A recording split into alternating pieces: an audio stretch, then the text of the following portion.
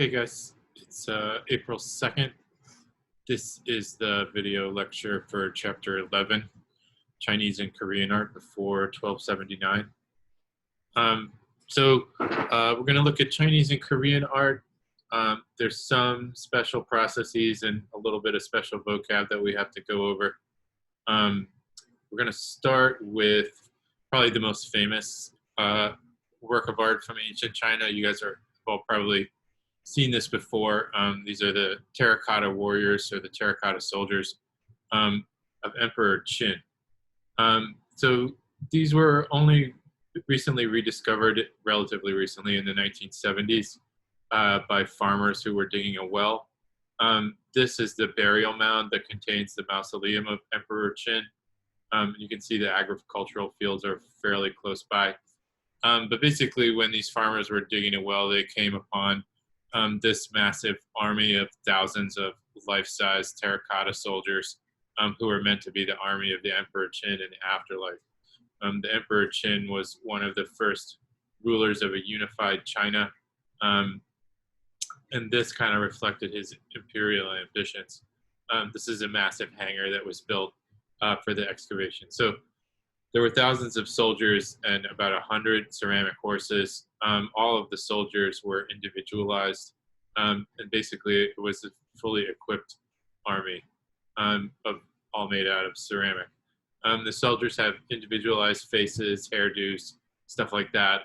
The different types of soldiers have different equipment, armor, things like that. So it's quite massive and intricate undertaking. There's even non-combatant camp followers, things like that. There is a little bit of polychrome that you can see on some of the figures. This is an example of a non-combatant that was just a camp follower. They did have real weapons, which apparently were looted by peasants at one point during an uprising. But these are just some other examples of all the various types of terracotta soldier that were included. You can see the remaining polychrome on that one pretty clearly. So it's a really striking level of naturalism. You can see the intricacy of the hairdo on this soldier. All the details of the armor are included. So it definitely rivals anything that we saw in ancient Greek art in terms of skill, technical virtuosity, etc. So yeah, that's kind of the emblematic work of ancient Chinese art. A few different things that we've talked about as far as like hallmarks of Neolithic culture, such as agriculture and ceramic production, basically come about in China independently. They weren't imported from other places. This is a map of the area that we're going to be talking about. So China, the Korean Peninsula, you can see the Great Wall as well as the Silk Road, which went all the way to Rome. The ancient Greeks really prized silk fabric that was coming from China. So yeah, there's really early emergence of Neolithic culture in China.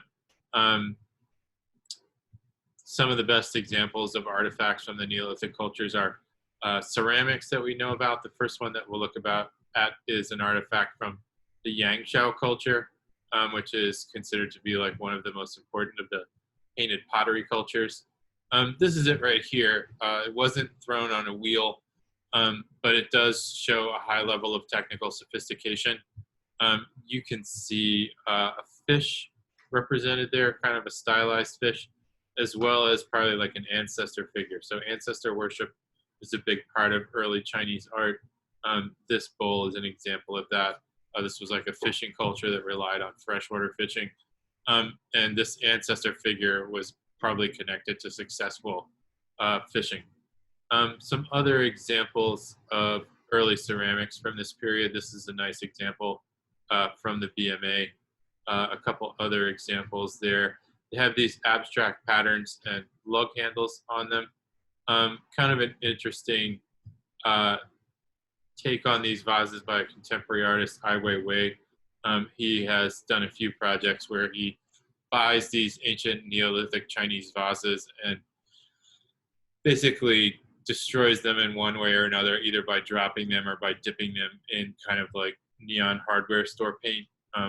these are photo documentation and some of the actual objects there. He also has people paint the Coca-Cola logo on a few other examples like that. So just an interesting take on a contemporary artist that uses this type of ceramic. Um, he says that it's basically questioning how cultural values are created, and he kind of uses a quotation from Chairman Mao in probably an ironic way to discuss that work. These are some other examples of pottery from the period. I personally have always found these to be very stimulating, um, especially these ones with this spiral pattern, which is supposed to represent water. There are some that are zoomorphic, a couple that are anthropomorphic, as you can see. But yeah, I really like the designs and the forms. This pattern is particularly interesting. You can see that the petals of the flowers are connected. So they're conjoined through the petals. It's kind of a continuous pattern on there. This one is sort of similar. I really love the form of this one. You can see some human figures here. They're holding hands. And in this case, they're carrying some kind of burden together. A couple others that have references to the human form. But yeah, another zoomorphic one. Some of the forms that we see in this Neolithic pottery we'll see continued into bronze ritual vessels in later periods. But just some other examples.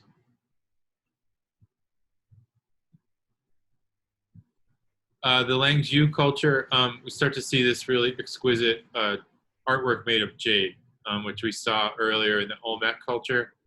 It's really hard, and they basically were using sand to abrade it. One thing that we start to see on these jade kongs is an ancient mask motif called the Tao Ti. And that's something that we'll see continued into later cultures as well. This is a drawing of the mask decoration on one of the really early jade kongs. So you can see two faces. It could represent an ancestor figure riding some kind of supernatural animal, but you'll usually see these two faces, one smaller and one bigger, and we'll see that motif kind of carried forward. This is the actual object here, where you can see that sort of smaller figure even has hands, maybe riding some kind of supernatural beast. This is another example of a Kong. Nobody really knows what these were for, but they have a really beautiful polished surface, and you can see the super simplified version of the mask there, with the small face on top and the larger face on the bottom. There are some birds carved into the design as well, but it's become super simplified and abstract. A couple other examples of jade kongs. They have various sizes. Some are short, some are tall. It's a little bit hard to see in this photograph, but it does have that stylized abstract Tao Ti pattern on the corners, a really big one there. They all have that simplified mask pattern. It's a little bit easier to see on this one. You can see it on the corners and then in the negative space in between the projections on the corners as well. And in this case, it's very simplified. But it would have taken a tremendous amount of time and skill to work jade without any power tools. Just some other examples. These are jade little bladelets, jasper projectile points. I had to include those. Some pretty nice jade axes from this period as well. And you can see a little bit of a Tao Ti there. So after the Neolithic period, we get into the Bronze Age. There is a slight difference in the way that bronzes were cast in China. They used piece mold casting technique as opposed to the lost wax method. So basically, they would make a series of molds that they would connect together to contain the liquid bronze. There wasn't a wax figure that was burnt out of the mold. Fang dings are kind of an example of the type of ritual bronze that the Shang dynasty was well known for. And this is a diagram showing the piece mold casting technique. You can see how the different ceramic molds were put together to make this vessel. And this is a drawing of kind of the finished vessel. You can see the mask motif or the Tao Ti on the corners and the sides. And this is a photograph of the actual object, and a little bit different lighting there. So this is kind of like a ritual cooking vessel. The Shang were really well known for these ritual bronzes. There were about like 30 different forms that they kind of worked with. Some were ritual cooking vessels. Some were like for wine pouring, and then others were kind of ritual knives and stuff like that. But this Fang Ding is one of like the more common ones. And again, you can see the abstracted Tao Ti on either side there. This is kind of a tripod form, but again, you can see the Tao Ti on the front. This is kind of a close-up there. So it's become like very stylized and abstract, but it's still there. There's also this like spiral pattern that's supposed to be a storm cloud, although nobody actually really knows what it is. But these are some other examples of the Shang ritual vessels. You can see the Tao Ti in that central band there. Some of the other examples. But yeah, the Tao Ti kind of recurs on all of the different forms.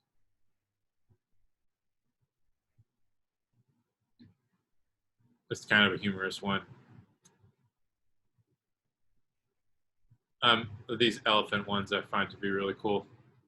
There are some other zoomorphic types that we'll look at in a minute. So yeah, these are three Bronze Age dynasties, the Xia, the Shang, and the Zhou. So there wasn't a unified China at this time. There were different individual kingdoms. And it seems like the ruling elites had this bronze technology that they could use to make weapons, which gave them a military advantage. These are some examples of those types of bronze bladed weapons. These are kind of ritualized, but you can imagine that they would be able to produce weapons for fighting wars this way as well.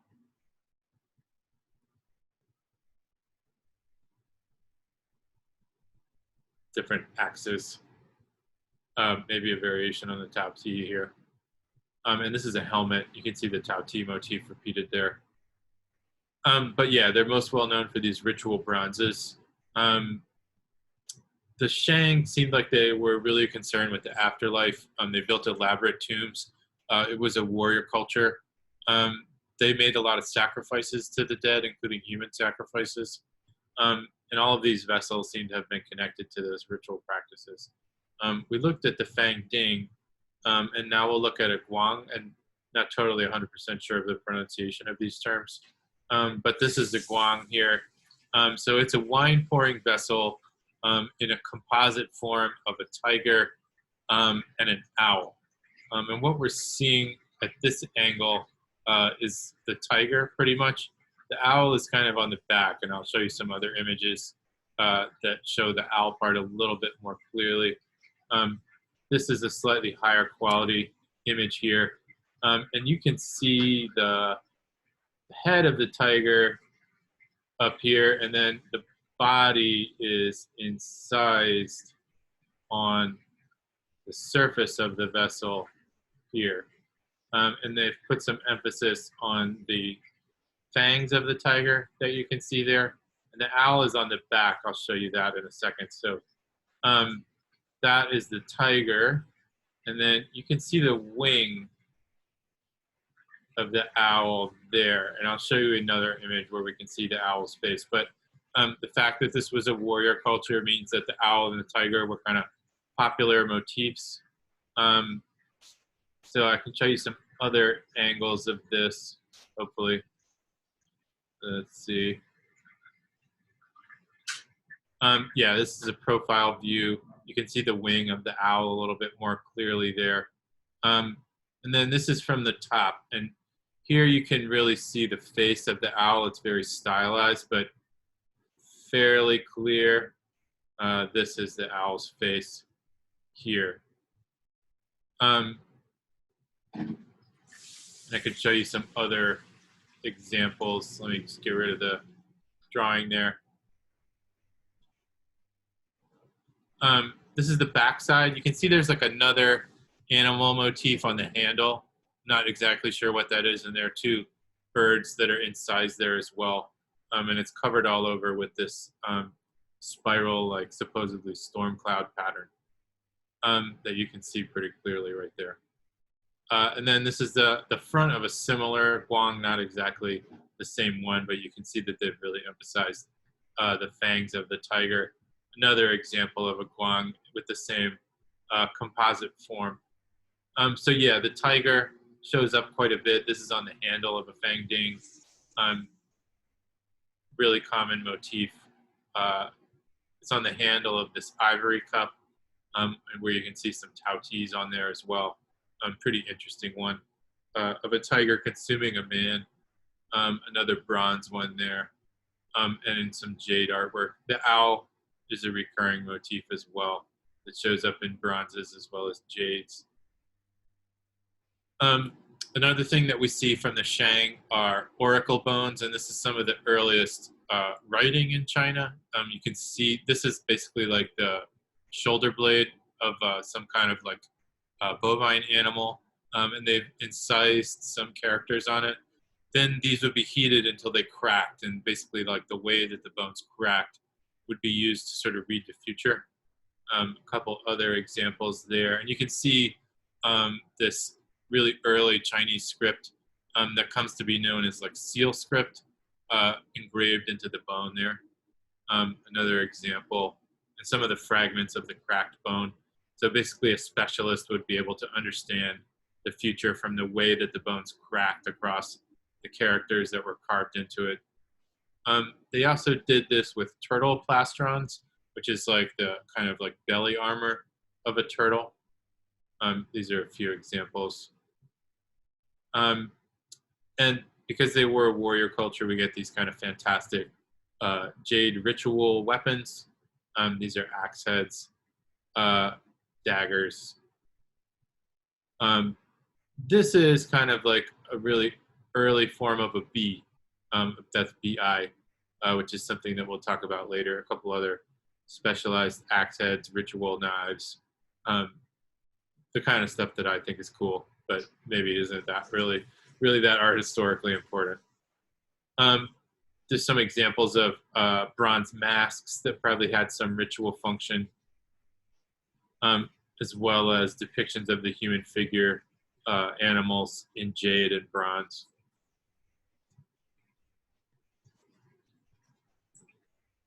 But yeah, I personally find the Shang style to be like very intriguing and stimulating. The Zhou dynasty is another one of these early Bronze Age dynasties. They sponsored a lot of philosophers, including, well, they didn't sponsor them, they just kind of tolerated them, including Confucius. The Zhou were also really into ritual objects and communicating with the dead. And it seems like music was really important for their beliefs about the afterlife. And they used music to connect with the spirit world and communicate with the dead. So we find this really elaborate set of bells in the tomb of a nobleman named the Marquis of Yi. So this would have had like around half a dozen musicians that would have played it simultaneously. And there are tons of other musical instruments that were buried in this tomb. Most of the objects in this tomb are musical instruments, which kind of tells us a little bit about the importance of music to the Zhou dynasty. And the bells on the bottom are really massive. The whole thing is about 7 feet tall. So the bottom bells are quite huge. These are some examples. So they're quite intricately decorated. They have that seal script incised into them. You would have been able to get like a pretty complex range of tones from all the different sizes of bell. That's a nice shot there. And this is a cool in situ photograph of the bells as they were discovered. This is another in situ photograph of the archaeological site. And this photo, I think, gives you like a good sense of the sheer size of those larger bells. This is the site there. You can see it's partially flooded with the bodies of drums. The leather head of the drum is gone, but just some cool pictures. And some other shots of the bells that you can see. But there's fantastic details all over this carillon. This is part of kind of the strapping that the bells hung on. And these are the handles of the bells, or rather like the loops that they would be suspended with. So it's all intricately detailed, and the zoo metalwork has this kind of like crazy texture all over it, including like anthropomorphic shapes, things like that. And some examples of the seal script. These are caryatids supporting the whole thing. And yeah, this bell gives you a good sense of that kind of crazy texture that the zoo metalwork has. This is another instrument that was buried in the tomb. This is called a lithophone. So basically, those are stone chimes that would be struck like a percussion instrument, and each different size of chime would give you a different tone. So a xylophone is made out of wood, a lithophone is made out of stone. But yeah, just some other shots of that. This is the stand that supports the lithophone. And there were, like I said, there were other instruments that were included. This is like a stringed instrument. The string is gone, but it would have been kind of played like a lap steel guitar, another kind of like violin-like instrument. The drum, this one has been restored. And you get these kind of like, this is a good example of that crazy texture that they were able to achieve. There are also beautiful wooden lacquer boxes with this kind of fantastic red and black design. And this is kind of cool. We can see the actual bells in this image being played by a musician off to the right there. And this is two musicians playing one of the drums. And there's also all kinds of anthropomorphic and zoomorphic motifs.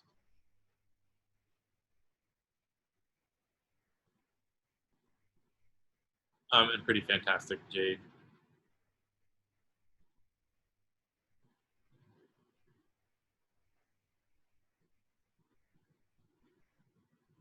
These are the sunbirds, and we'll come back to that a little bit later.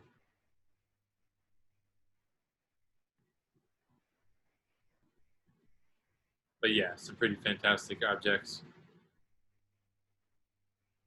Halberds made out of bronze. So yeah, we won't get too deep into the Chinese script. Some of them are pictographs, some of them are ideographs. We get unification of China under Emperor Qin, who built that mausoleum with the terracotta warriors that we looked at. It probably is meant to represent the world as it was known to the Qin. The Han Dynasty basically are descendants of warriors that overthrew the Qin Dynasty. They opened up the Silk Road. You can check out a painted banner, which is a pretty good example of Han Dynasty art. So this is a silk banner that basically summarizes their worldview. You can see it there. It's from the tomb of a noblewoman, kind of T-shaped. And basically it shows us heaven, the earthly realm, and then the underworld. So up at the top, we can see the sun, which is that red circle to the right with a crow in it, and the moon with a frog on it, as well as two dragons. I think there's actually three. And then this middle plane kind of represents Earth. It has a portrait of the dead woman in the middle there. So yeah, up at the top, we have the sun with the mythical crow, the toad on the crescent moon, and then the torch dragon, who's shown as like an old man with a long serpent's tail, then other dragons below him. And then basically under the earthly plane, we have two intertwined dragons. And you can see the heads of the dragons are here and here, right? They're looping through a circular jade piece called a bee, which is a symbol of heaven. You can see that there, as well as the deceased woman with her attendants on the platform. So let me get rid of the drawing. If I can, we'll see. Sorry, my mouse disappeared. Hold on just a second.